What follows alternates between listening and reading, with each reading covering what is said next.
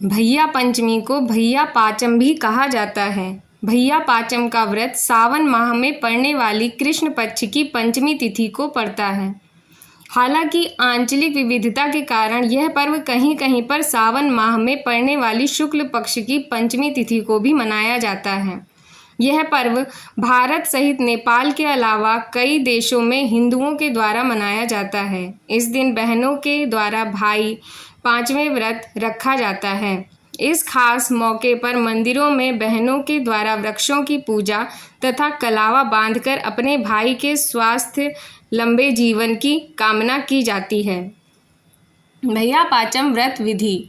इस दिन सुबह जल्दी उठकर स्नान किया जाता है। एक पात्र में रात के भीगे हुए चने, मोठ, पैसे, हल्दी, कच्चा दूध मिलाकर जल से भरा हुआ लोटा लेकर एक पौधे के पास जाते हैं। पौधे की किसी एक टहनी पर जल चढ़ाया जाता है और हल्दी का तिलक लगाया जाता है। घर के सदस्यों को भी हल्दी का टीका लगाया जाता है। लोटे पर कलावा बांधकर उस पर स्वास्तिक का चिन्ह बनाया जाता है। भैया पांचे के दिन कहानी सुनने का प्रचलन है। कहानी सुनते हुए हाथ में मोठ चने लेकर छीलते रहते हैं और कहानी सुनने के बाद मोठ चने वहीं चढ़ा दिए जाते हैं। इसके पश्चात सूर्य देव को जल चढ़ाया जाता है। वहीं घर में दरवाजे पर भी स्वास्तिक का प्रतीक बनाया जाता है। इसके बाद पानी लेकर मोठ, चने, फल, मिठाई, रुपए सब एक थाली में रखकर सीधा निकालते हैं। यह सीधा सास, जेठानी, ननंद आदि को दिया जाता है। यदि उपरोक्त में से कोई ना हो तो यह सीधा किसी बुजुर्ग महिला को भी दिया जा सकता है। भैया पांचे की व्रत कथा। कथा के अनुसार ऐसा कहा जाता है कि एक गांव में एक गरीब माँ बेटे रहते थे। भैया पांचे के दौरान बेटे ने अपनी माँ से कहा कि माँ, मैं अपनी बहन के घर राखी बंधवाने जा रहा हूँ। माँ ने कहा कि बेटा, हमारे पास तो कुछ भी नहीं है, हम क्या देंगे। बेटे ने कहा, लकड़ी बेचकर जो मिलता है वह पर्याप्त है। यह कहकर बेटा अपनी बहन के घर रवाना हो गया।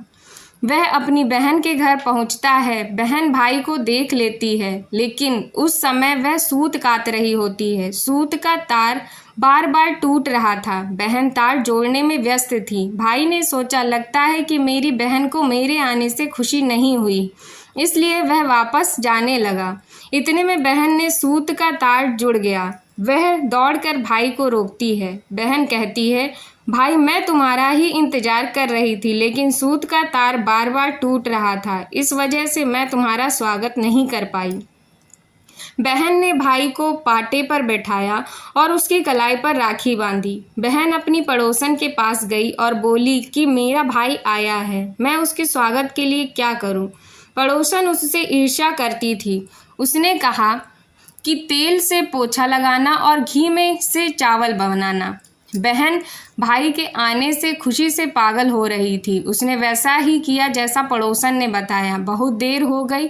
भाई ने बहन से कहा कि अब तो बहुत भूख लग रही है। बहन ने कहा कि भैया, इतनी देर से चावल पक ही नहीं रहे। जब भाई को यह मालूम हुआ कि चावल घी में पक रहे हैं तो उसने कहा कि चावल घी में कभी नहीं पकेंगे। भाई के कहने पर बहन ने दूध लाकर खीर बनाई। बहन ने भाई को बहुत से पकवान बनाकर खिलाए। भाई ने बहन से कहा कि सुबह अंधेरे में ही मैं वापस घर चला जाऊंगा। बहन सुबह जल्दी उठकर गेहूं पीसती है और अपने भाई के लिए लड्डू बनाती है। बहन ने भाई के लिए लड्डू बांधे और भाई रवाना हो गया।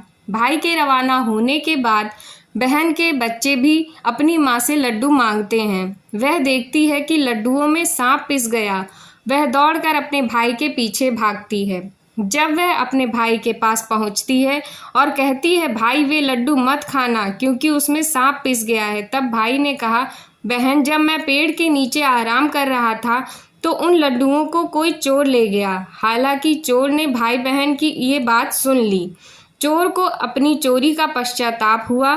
साथ ही उसने उस बहन से कहा, हे बहन, तुमने मेरी जान बचाई है, आज से तुम मेरी धर्म बहन हो। अगर आपको इसी प्रकार धार्मिक कार्यक्रम व सांस्कृतिक कार्यक्रम में रुचि हो तो हमारे रिचुअल्स ऑफ भारत चैनल को सब्सक्राइब करें, लाइक करें व शेयर करें तथा बेल आइकन को प्रेस करें।